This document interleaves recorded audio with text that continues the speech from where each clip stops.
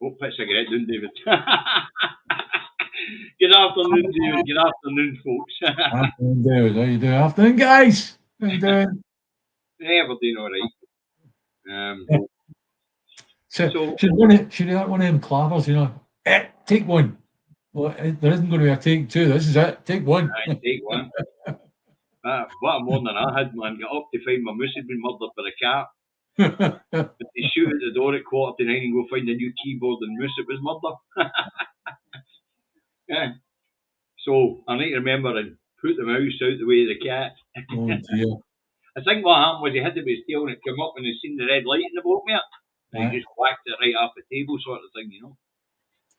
Well, So that's what you're one of them balls that does it or the movement itself. Keep I've at got it. one. He doesn't like it. He's fear of it. All right. Okay. Aye, But you'd rather go after a wee mouse that's doing bugger all, just got a red light on it. no, I don't think he'd seen it. I think he'd knocked it over his tail and the red light came up and it just gave him a fright.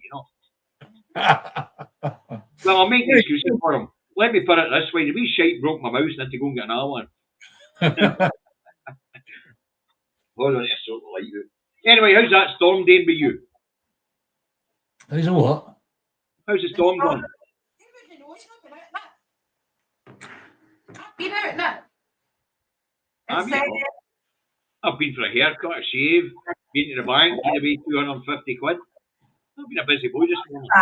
Don't forget, it's coming from the west coast. So you people that live in the east, I suppose, really. I don't live in the east. I live bang smack in the middle. You're in a rain shadow area. Anyway, folks, that's the receipt for the day. That was a East Lothian Food Bank, 250 quid. All right. Right. Come on, let's go on with it. Right. First All right. one, Kate Forbes. This morning, Kate Forbes is standing down, David, on family grounds. She's missed much of her daughter's, Naomi's, early years and the other development years, really, Well, as far as I'm concerned, she wouldn't read the comment.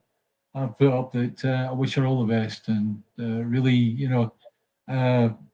when you get idiots on saying another rat leaving the sinking ship, oh dear goodness. We'll get to that towards the end because the BBC and a few political figures have had their say, and some of it was quite disturbing actually.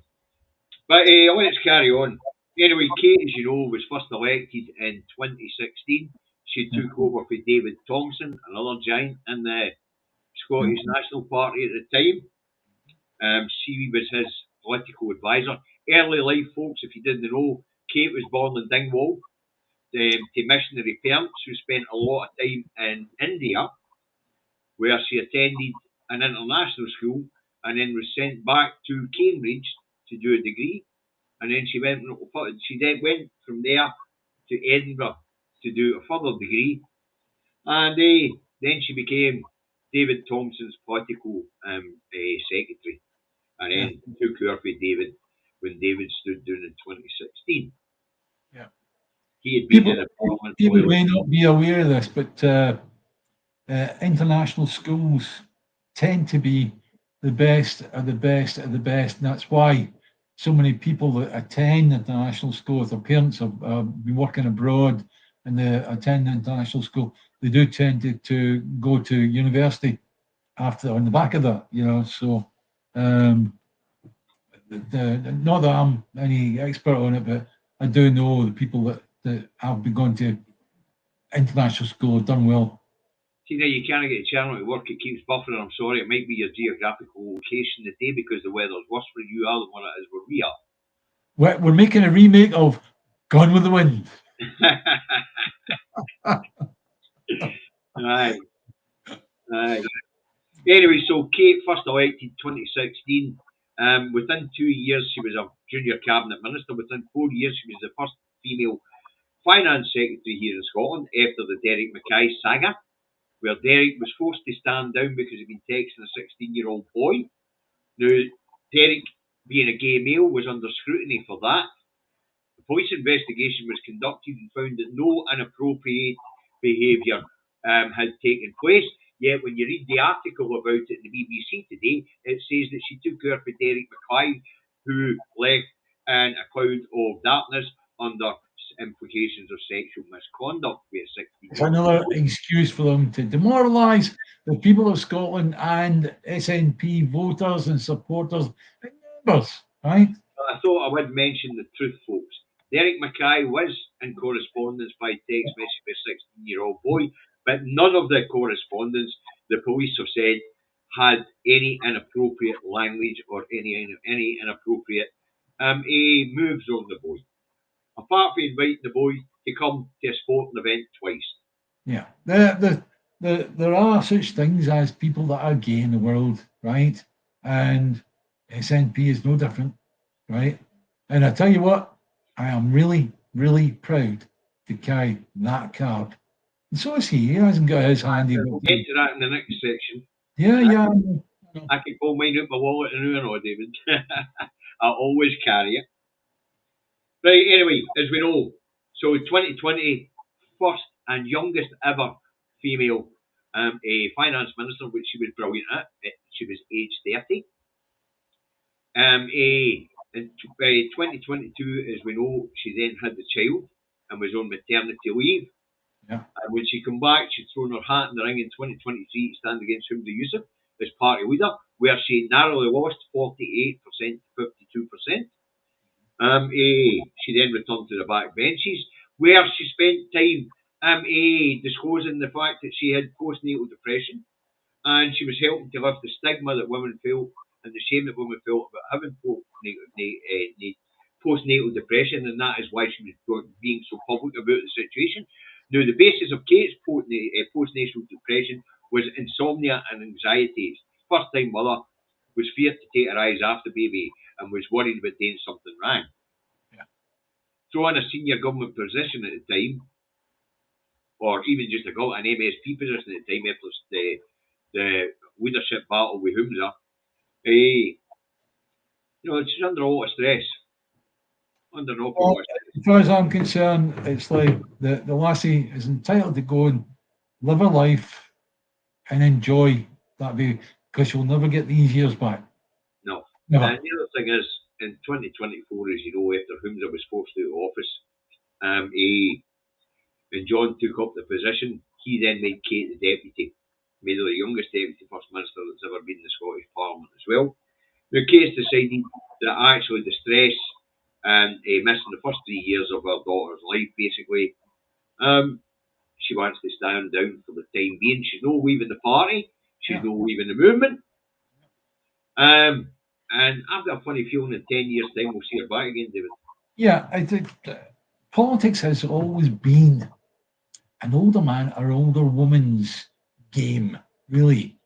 The people that are most successful, the people who go, I don't give a flying what's it, right? I'm going to be here until the day I die. You've got to take that wooden box. To get back to your earlier remark, the BBC and Dame One Brain Cell Bailey have both intimated to the public that the SNP are 40 bits. They're a crusty, rusty old movement that are out of ideas, rather than this being a change of the guard. Oh, well, they would say that, wouldn't they? Yes, of course they would. But while Labour are pulling this hypocrisy, they think we didn't notice last year, the 2024 election, that they put in all new candidates because they'd be fucker. They only had one MP. Yes. And that was, if that wasn't a monumental change in the guard, what was? Now, David, you and I have been through this cycle earlier again as each Parliament rolled round.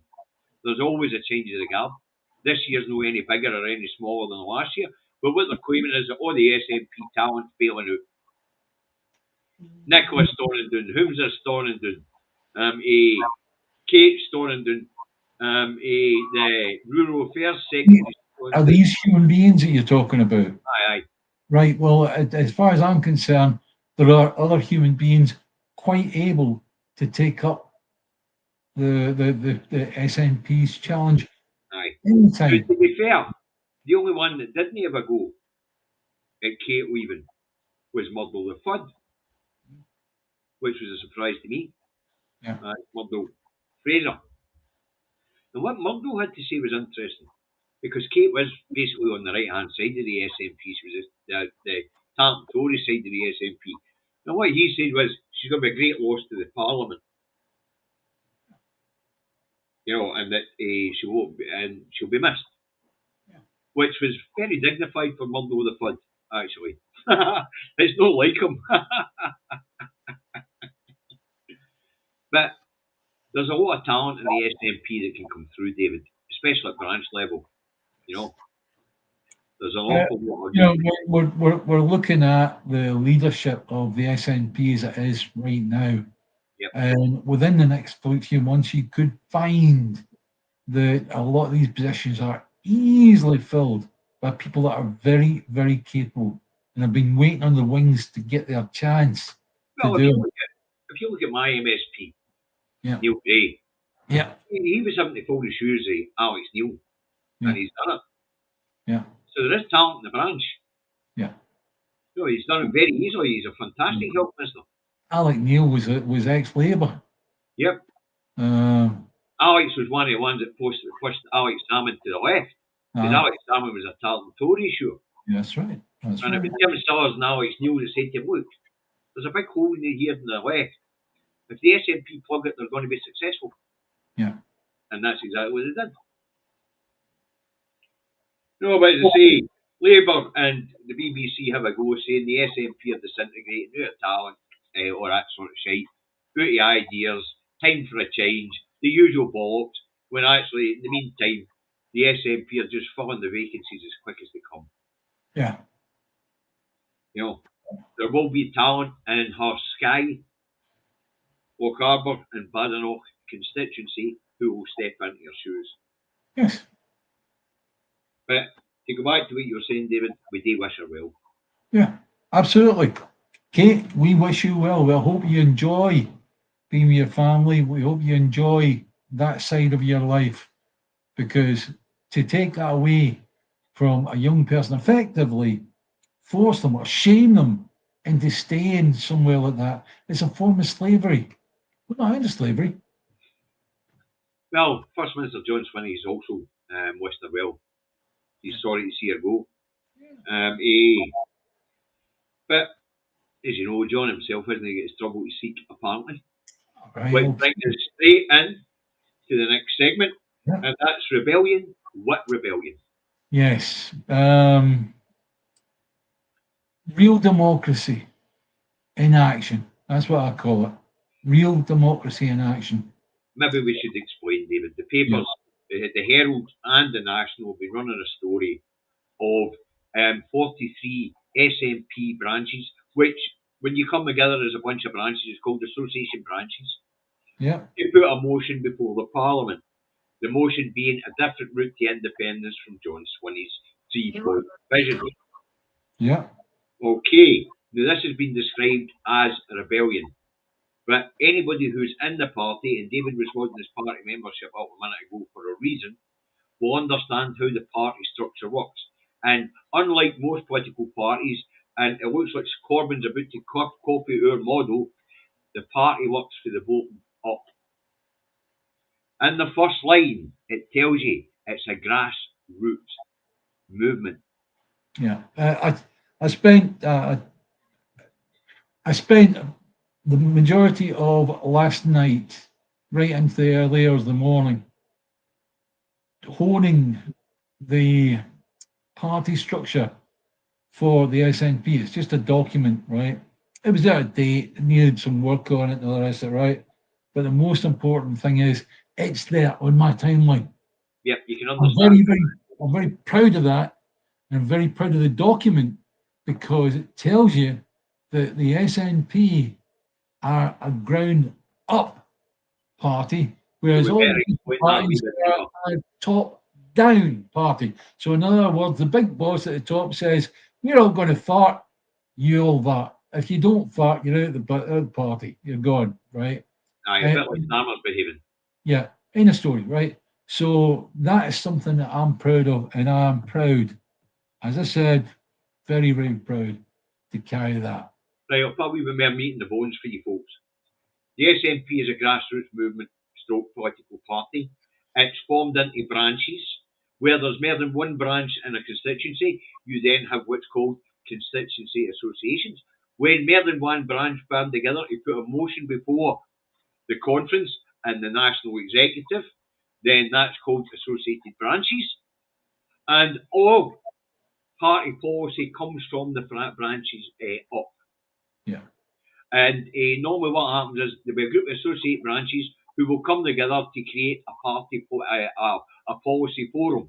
Like here in North Lanarkshire, you've got the Airdrie Shorts branch, you've got the Coatbridge Cumbernauld branch, you've got the Bells Hill Tannock Side branch, and they're all part of a group that make up the North Lanarkshire Policy Forum. They make up policy to advance to the SNP to be put before a conference to be voted on. So everything that's happened in the party starts at branch level upwards. The reason why this isn't a rebellion is because it's actually described in how the party structures are constituted. Absolutely. It's not a rebellion. It is democracy. It's party Look at democracy. the structure of the party and realise the structure is working perfectly. The SNP are bottom-up parties have said that, right?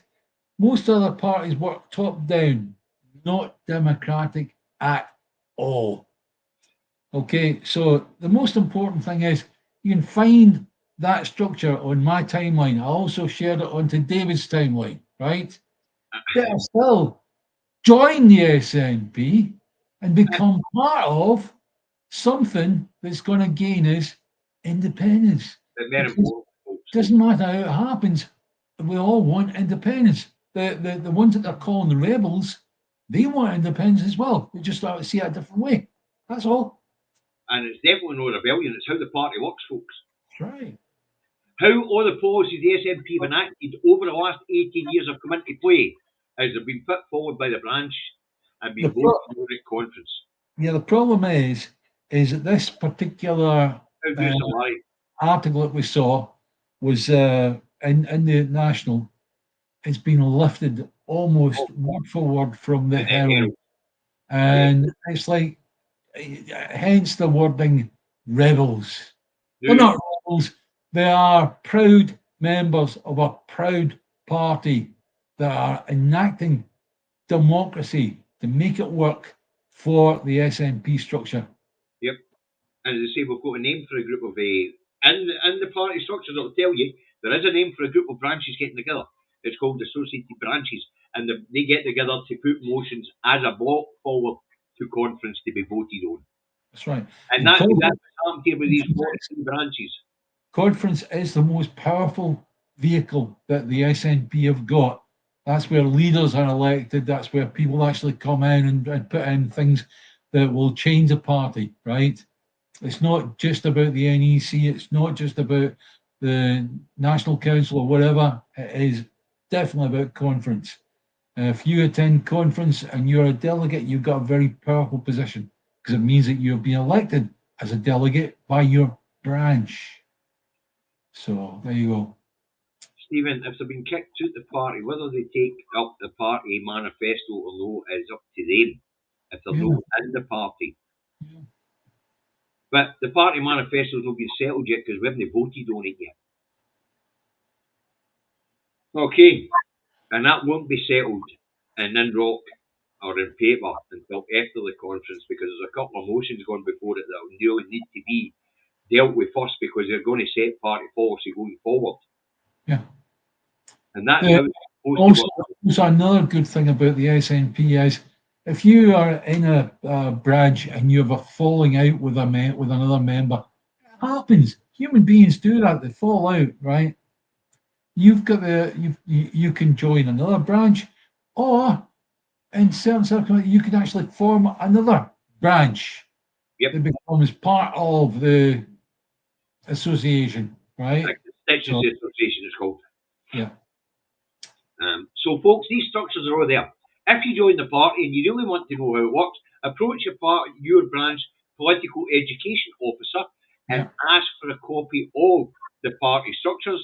He will then apply to Edinburgh to get a few copies to hold out within his branch. Also, it's on my timeline. And it's on David's timeline. So there you go. But because when I joined the branch, being the great political officer, they give me a copy. Yeah. it goes. Yes, Right. So, the SNP, most importantly, is a grassroots organisation. Who is the grassroots? You and me. members. I'm not talking about David. I'm talking because he's different. Thanks very much. And as a bloc, folks, I mean, the party are well aware of what David and I's activities are, and you guys, they have a block weight. They're quite aware that most of the subscribers to our channel and most of the people who follow our Facebook work are SNP party members. Yeah. And as David will tell you, I've used some of our Facebook groups in public consultations and used the membership strength as a block to use a strength in the public consultations. I mean, at one time, League of Very Sovereign Scots was 20,000 members. Yeah, and a big year was bigger, I think, was it not? 20,000. I don't remember it being bigger than that, but I remember it being 20,000 members. Wow, you know. Well, if Anyway. you look at the Scot to Scot network for that 2015 election, it was 250,000 members in all the constituency pages. Right. I mean, that's 500,000 people. Yeah. The heydays, Davey, yeah? Anyway, let's move on.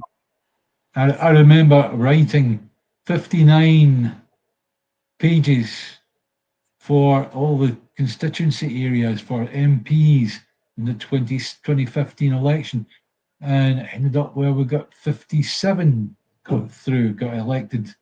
That was right. That was a good network. Yes. My young brother and I set up the branches. David did the central hub. That was a good setup, David. Yeah. And the web page. Yeah. Right. Now, we've got one of these made up stories in the BBC today. No. Well, I've got to say, you've got to split the BBC into two, right? Now. BBC, where you've got people like Jeremy Bowen, who's the chief international editor, and Gaza, genocide, all the rest of it, right? Wonderful. Get ahead, do it, Mr. Bowen, right?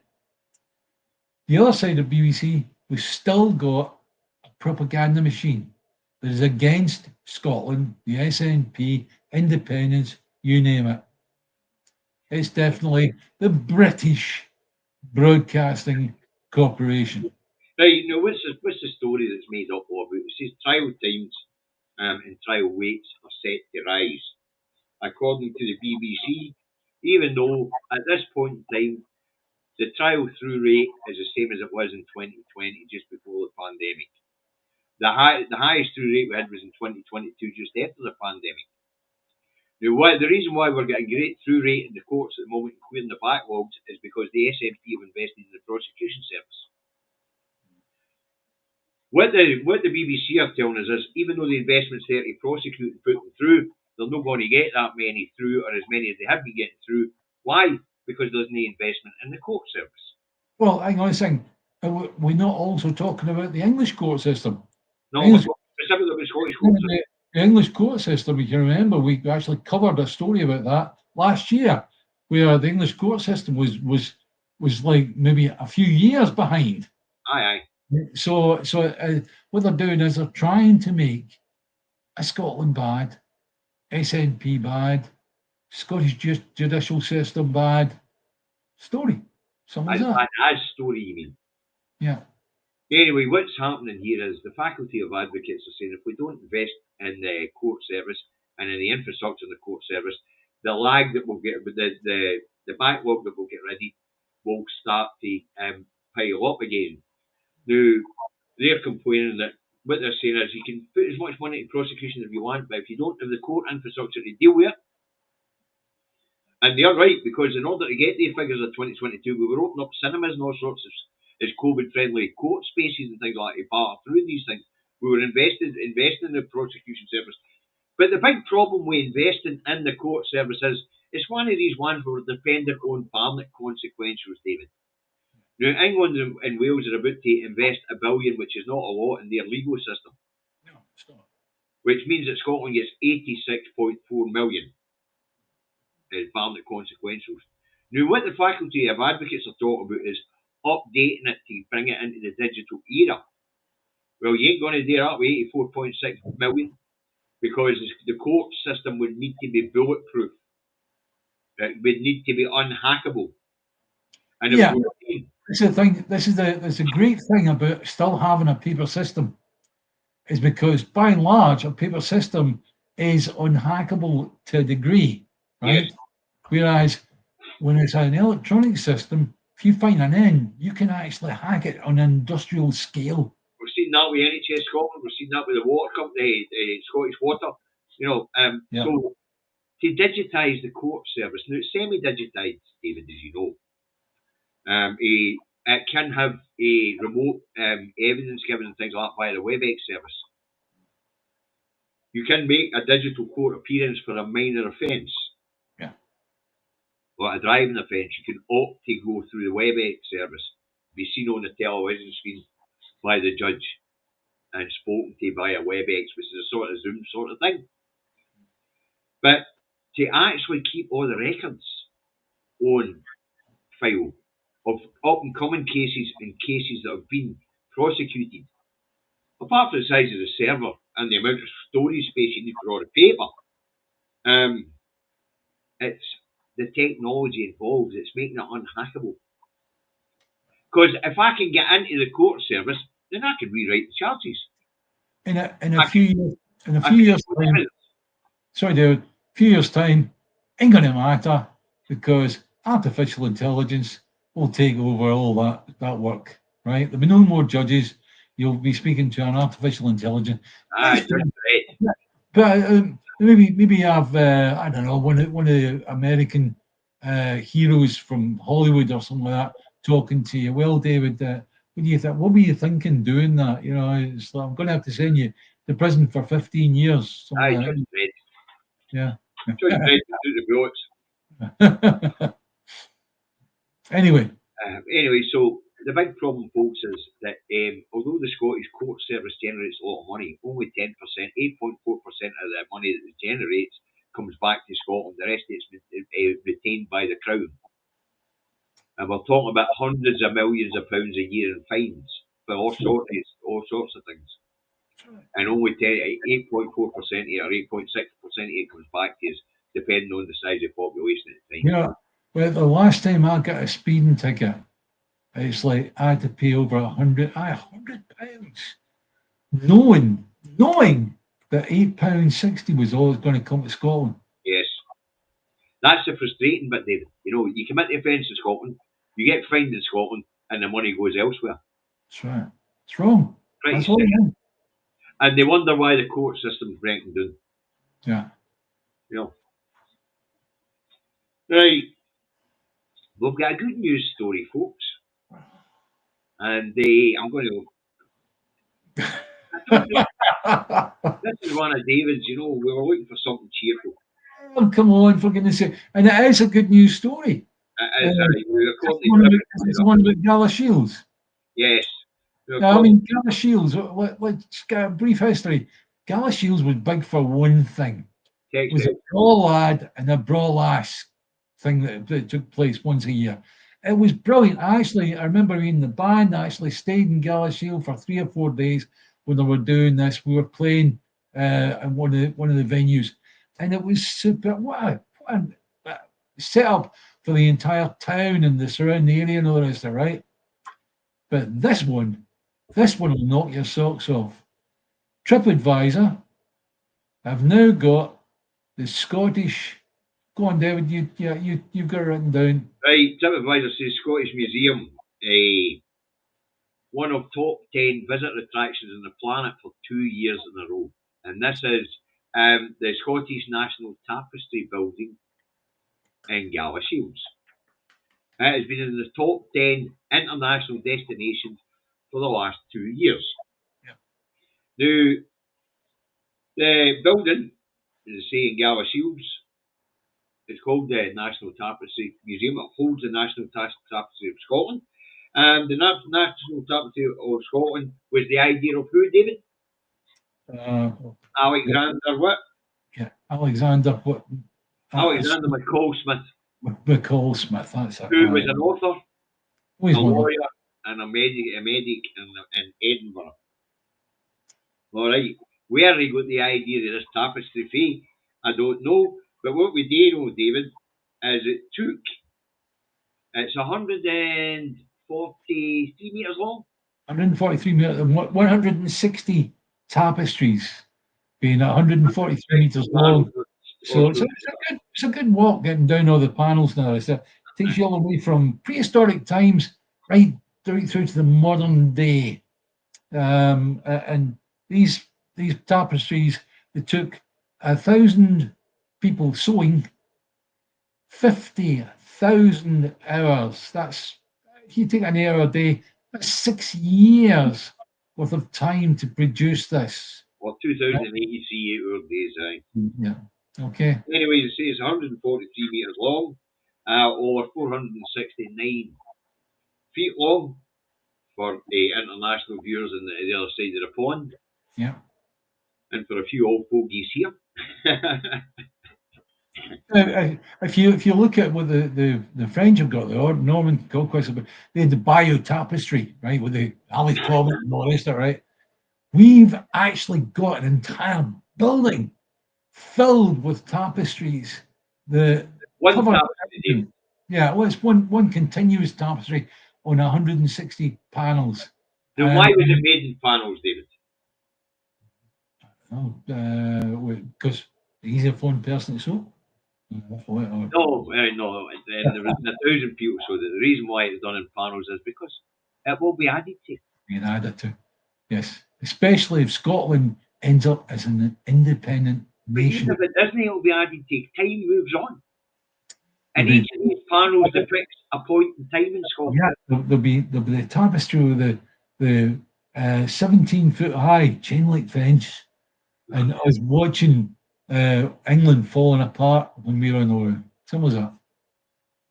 Well, as I say, no doubt there'll be a panel put there about this point in time, early independence movement and things like that. No doubt there'll be a panel added for that point in time. The political turmoil of the early 21st century, I suppose it'll be called, or something. That's right. Yeah. You know, they're probably in the process of making it. Yeah. You know, but the reason why it's a good news story, folks, is it's boosting gala shields in Scotland's economy. Because when you're in the top 10 visit attractions of the planet, you attract a lot of people. And that lot of people spends lots of money. Yeah. So that's a good news story, especially for Gala Shields, which is a lovely wee town in the Borders. Go visit, go see it, because what we were reading about it today, we thought that's worth a look. It attracts school parties and all the rest of it around about different areas, right? It must bring a lot of business into Gala Shields itself, which needs. Look, it's funny that David and I were talking about the Southern Uplands this morning, last night, and I just thought about Fort Patrick. Now, nobody ever thinks about Fort Patrick. It's one of the most beautiful little port towns in Scotland. Yeah. And nobody ever goes there. Yeah. Right. It's a hidden gem. Anyway, Sarah and I are going to go to Fort Patrick. Yeah, you get accommodation. You get the 4-star accommodation for 80 quid a night, you know? Yeah. Brilliant place. And beautiful, stunningly beautiful. So, Gala Shields, go get a look, because seeing these tapestries take us right from prehistoric times, it tells you about the rich history of Scotland. Scotland wasn't something formed by England. No. Scotland has been there before England was ever formed. There's an interesting geological facts for these people. Do you know that Scotland and England come from different continents crashing into each other? Scotland was part of North America and England was part of Europe. And where the island is now is where the continents crashed together, and when they split again, Scotland and England stayed attached, unfortunately. Yeah. At one time, Scotland was actually on the equator. I understand. We were actually on the equator.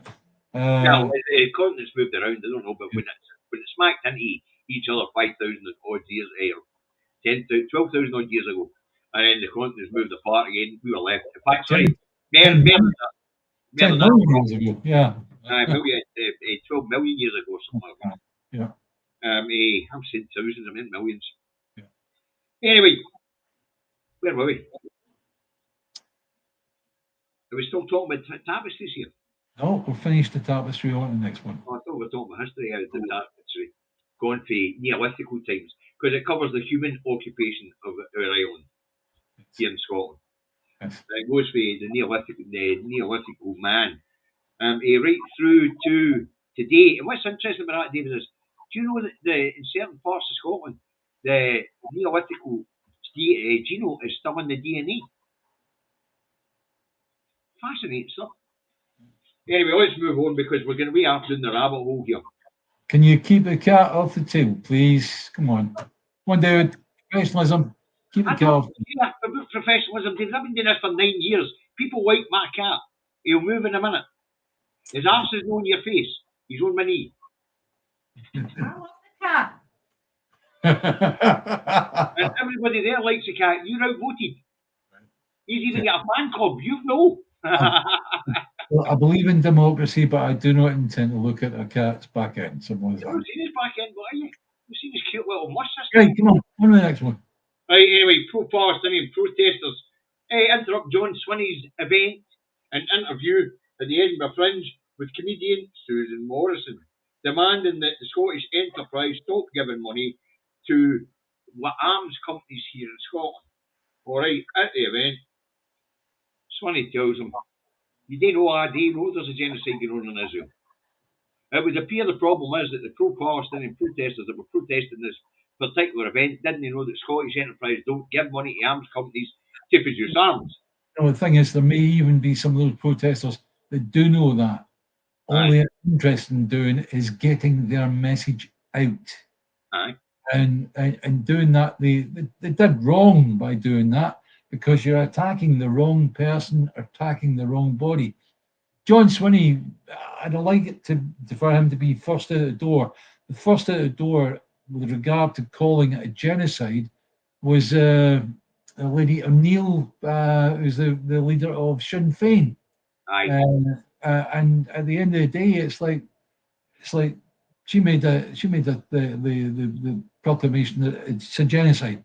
This is a genocide. It's happening. John Swinney needs to be quicker out the door. No, wrong one. It's this one I wanted. This one's for you, David. Hey, you wee shite. Charlie trying to bite me. Charlie's a top cat. Charlie Cat's fan club. Damn you. Anyway, let's get back to serious stuff here. Now, David, the reason these protesters gave for being in and disrupting this thing was the money that Scottish Enterprise gives to arms companies. Now, as we all know, the idea is that they diverge from making arms. That's what the money's for. It's for research and development, but specifically not in arms. Yeah. The So if somebody can make a gun, they can make a lathe. yes. Yeah. Somebody can make a laser guided system. You can make a laser for medical purposes. Somebody can make a jet propelled warplane, right? They can make a cruise liner. To people about the world, right? And at the end of the day, it's like, I don't need to produce arms. The people that need to produce arms are people that want to make lots of money from it by killing lots of people. The other thing that was confusing about it, David, is we all know that the Scottish Parliament's in total agreement that this is a genocide. Yeah. Right across all the parties. Yes. They're in agreement this is genocide. Yeah. It's only Westminster who denies it's a fucking genocide. Plus the fact we've got, did we ever find out exactly what happened to these three ladies that rammed their van, their tranny van or whatever it was into that? They get done with criminal damage, David. Did they? So therefore, they didn't get done under the Terrorism Act, no. The Terrorism Act, which is rather important to note. What was in the summon, as we said at the time when they didn't enter a 4-year declaration and vote to go back again, right? Yeah. the judge called it as criminal damage with potential terrorist intent. With potential terrorism intent. There you go, guys. That's just to keep the Crown Office happy. This judge is going to do them for criminal damage, fine them, and send them on their way. Yes, that's right. Smart. Bad girls. That's it. Right, let's move on. Because we're really short for time now. Speculation about the budget is rife, David. And all the papers are speculating on a wealth tax. What do you reckon? We did discuss this previously, and my feeling was that Reeves is going to be pushed into a corner as regards this. But you'd made a good point in that it's going to come down to they're going to squeeze the middle. Yes. There's no more juice to take out the lower end. Right? So it's the middle that's going to get squeezed this time. Yep, and again, they've already took everything for the poor. They're coming for what the middle have. Yeah. Gary Stevens, Richard Murphy, Danny Blanchflower, they're all laughing at the newspapers, giving it. They're all going to put their house on. The middle class is taking the hit, and no the rich. Yeah. And I think you're right on that one. I think of all the things that I could possibly say, looking at the logic of it, you look at reasonably looking for any reason she can to not tax the rich. Yep. Because of the funding model Labour now has, which is dependent on the rich. Which brings us greatly on to the next subject, and that is Corbyn and the Sultana Rum and Raisin Party. The Raisin Party, yay! Anyway, 600,000 plus pledges to join the party already. Labour councillors down that road resigning, the Labour Party stating they intend to join. Corbyn, you behave yourself, you want to be man, you wee shite. Try to bite me. Alright, that's enough. Anyway, so it's a huge thing. And the other thing that's got Starmer rattled is Corbyn's having meetings with trade unions, and the trade unions are talking about dumping Labour and giving their funding to Corbyn. Yeah. So, although Labour are no longer dependent on the funding of the trade unions, you know, the interesting thing is nobody's taking Corbyn serious because he's no money and all that shit. So forgive me for this. Where are Labour getting their money from now? Big backers the same way. It's a Tory model. Same from Israel, by any chance? Financed to Conservative Party. That's right. The same corporate interests. Yeah. Interesting. Because what people don't really understand is what's actually going on is we've got a corporate takeover of governance. Yeah. And that corporate takeover of governance is acting in its own interest. It's not acting in our interest. Where this of interest to me, right? It's like I've got no intention of voting for Jeremy Corbyn's party, the Rum and Raisin Party, whatever it's called, right? Oh, he is going to open a branch office. But if he opens a branch office in Scotland, then we've got the Scottish people made a mistake by voting Labour to get rid of a Conservative. Well, they made the same mistake again, yeah. This time they'll vote the Rum and Raisin Party or whatever it's called to get rid of Labour, and what will happen is that the reform will come through the middle, and they'll end up as being elected, right? Aye. But I think it's wonderful because at the end of the day, it's like the people of Britain, let's say, or people of England, have suddenly realised that Corbyn is not anti-Semitic. In fact, the word anti-Semitic is just made up by the Zionists. Simple as that, right?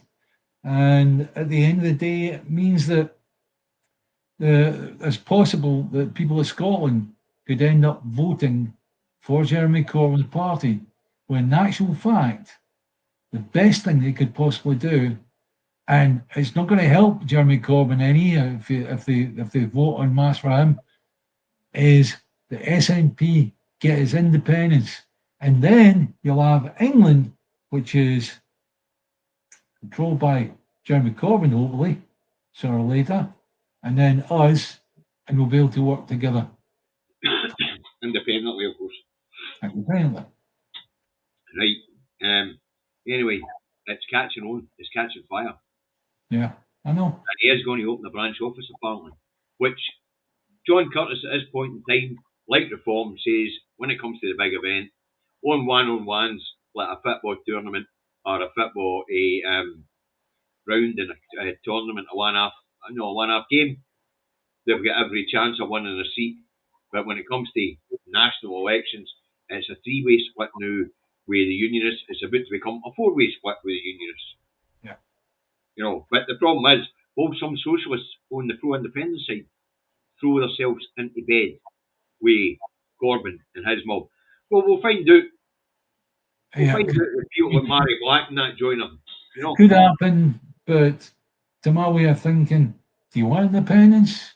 If you want independence, you're going to have to support SNP. Yep. What's that? Right, let's move on. Trump flies home to chaos. Right. So you were telling me about the tourist industry. I was telling you about the agricultural industry. Tourist industry is down 12 billion. 12.5 so far this year. So far this year, right? Las Vegas. I've seen video and pictures of the main strip going down Las Vegas with all the different houses and all the rest of it, right? You won't believe it. It's empty. It's, you see the tumbleweed going across the street practically, right? It's so quiet. And that means that the tourist industry that America makes literally billions upon billions upon billions on. 1.2 trillion. Yeah, it's gone. It is.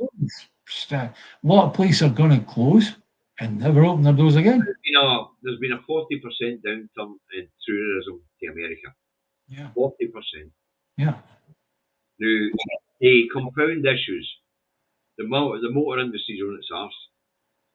Well, a nice thing about it is that anybody that did have their holidays booked for America, right, providing they can stay away from the idiots with the guns, right, it's like they'll be treated like kings and queens. Like, you can imagine walking into Disneyland, right, and you're one of the few people from abroad that comes up at the front door. Go, oh, you're from Scotland. Oh, right, okay, come this way. Doubt it. But anyway, we're in America right now. The agricultural industry is in trouble. The tourist industry is in trouble. The manufacturing industries and construction industries are in trouble. As we know, because Carney's just cut off steel and copper to America. What's the big company that's same as Asda? What owns Walmart. Asda? Walmart. The CEO of Walmart said that in a week's time, they're going to have to put the price up because of the tariffs. Well, David, I don't know last time you're in the supermarket, but you might know how much a 300 gram jar of coffee is right now. That's £7.25. I get Dow Egberts 6 at a time. They're about £6 each. But anyway, I'll tell you where to go. I don't like Dow Egberts or a win. Right, let's move on. For Trump's chaos at home and the collapse in the US economy, which will have an impact on our economy. In fact, it'll have an impact on the economy. And we'll get a wee bit more of Trump and his man. When America catches a cold, the rest of the world catches a flu. That's how the saying goes in business. Go anywhere. Yeah. America's isolated. That's changing. Of course it is. America's self-isolated. So when it catches a fucking cold, it's its fucking problem. And we'll get a wee bit more of that after we cover Netanyahu announcing a new military campaign in Gaza. Well, I also feel that at some point the people of America will have a struggle to get rid of Trump because he's now made. They're already living in a bit like England is at the moment. It's a third world fucking country where the first world fucking country is labelled. Yeah, that's what it is. The UK is the same. All right, now let's move on. Netanyahu announces new military offensive in Gaza this morning. What the fuck's left to kill? Anyway, He's made a statement like that, and he's given a reason for it. He said an entire group of soldiers was killed by Hamas, and the only proof that we've got that happened was Netanyahu told people, similar as that, right? that was the international journalist said to verify it. I noticed that Billy McCall, one of the BBC's top war correspondents, couldn't get into Gaza, and he showed up. He says this is as close as I can get, and he was at a tourist point where they had put in vending machines and binoculars so that Israelis could go along and buy a drink and watch these poor people getting blown to fuck. Right. And then, of course, with the American Lieutenant Colonel for the Green Berets come back after signing up for the aid program to provide aid. We aired this film last Thursday. I'm just throwing it into the mix here. Yeah. But So it would appear that Netanyahu's got so desperate that he intends to see the job through before he gets lynched by his own people. don't forget, Trump was the one who was pushing this. Come on, Netanyahu, when you finish the job, something like that. Yes, you said that on BBC Radio Scotland last year. Finish the job. What does finish the job mean? Finish the job means killing the rest of all these poor people in Gaza. Okay, we're back with Trump as we head out the door. Trump ups the ante with Kremlin. Yeah. We're putting 2 nuclear subs nearer to Soviet waters, poking the bear, and then threatening Russia's economic allies with 100% tariffs. And you say to yourself, nobody buys American shit anyway, so what the fuck? India, that we were discussing earlier, they are still buying oil from Russia. Simple as that. You know. That's because Modi's already made it clear. He doesn't give a fuck about the machinations of the West. He gets his own people to look after. Yeah. And he's not in the West. But imagine threatening the BRICS when the BRICS have got more people, more strength, and bigger fucking markets than the Americans. How stupid do you get when you're already on your fucking knees and are too stupid to realise it? He's a barra boy. That's all he is. He's just a barra boy. He's a show. It's in Glasgow. It's the big fight, right? One guy stands up and says, "Right, you lot, I'll take you all one at a time." Right? That's Trump. That's what Trump does. That's the way his mind works. In the story, he's not suitable as a leader. Never mind the leader of USA or whatever, right? I can think of a few of them around the world right now that are not suitable. We've got Starmer, we've got Netanyahu, we've got Putin, we've got Kim Jong-un. In fact, the boy in China's looking to be the sanest one of them all. Yeah, that's right. You look at China, how it's doing at the moment. It's conducting itself in the international absolutely brilliantly. It's playing a blinder on the international platforms, China. It's threatening everybody. It's offered to help everybody. I would like to do a bit of research on that, which is on the well-being of the people of China, because obviously you hear a lot of stories about people being taken to concentration camps or whatever, right? And at the end of the day, I want to find out what's the truth in that. Simple as that. Well, they say you want to look at the Silk Road project. Yeah. China has behaved impeccably in the international markets, in the international stage, David. In fact, it's the big go in the room. Yeah. Even if we look at the Taiwan situation, where they actually sat down with Taiwan and said, you know what, it might just be in our interest to work together because of this fucking idiot earlier. Because he's intended to set our region on fire. Don't forget what China has been good at is controlling the passage of information coming out of China. Yes. So we have to be careful of that because we've got a situation where China... David, this is international news, the Taiwan-Chinese Accords. I appreciate that. But what I'm saying is, don't see them as being the great thing that you are, right? They were friends. That's not what I said. What I said was China sat down with Taiwan and said, look, in the face of this fucking idiot, I guess we better try and work around him. There's no doubt about it. You look at China, you go, very impressive. However, they've been very good at controlling information coming out of China. So, Thanks, Chris. I knew you'd applied for them. I didn't know they'd arrived. what's this? All right, yes, you better. Did you? I don't suppose. I don't know whether you knew about this, but Stam have been begging America for a gravity bomb. All right. Anyway, they can be dropped for F-35. They've just arrived, apparently. Good idea. You know, but that brings us to something interesting that's going to see us out the door. Iran approaches Japan to form an alliance to back the non-nuclear proliferation treaty. Yes. Big move. Well, will we ever get Israel to sign it? No. No. But what it does is, if Japan decides to join Iran in promoting non-nuclear and non-proliferation, it's a big embarrassment to the West. It's a big embarrassment to America. Yes. I mean, at one time it was 9 countries held nuclear weapons. What's it now? It's like 12, 13. Yeah. But what I can tell you is that Ayatollah Khomeini has got a fatwa on anybody in his land trying to develop a nuclear weapon. Well, with the International Atomic Energy Agency now tell us, after all that hoo-ha for Netanyahu, that Iran has no plans to build a nuclear weapon, has no facilities to build a nuclear weapon. Well, if it's true, what the information you brought forth, that Iran was sitting on top of a stockpile of 80,000 missiles.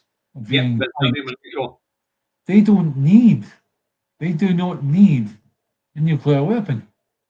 You imagine being hit by a nuclear weapon, what you've got is heat, blast, and radiation. Well, they'll get heat and blast, they don't need the radiation. David, we have conventional weapons now that are as powerful as the nuclear weapon that hit Nagasaki and Hiroshima. Yeah. In fact, the Israelis have dropped 6 of them in Gaza. 6 2,000-pound explosives in Gaza.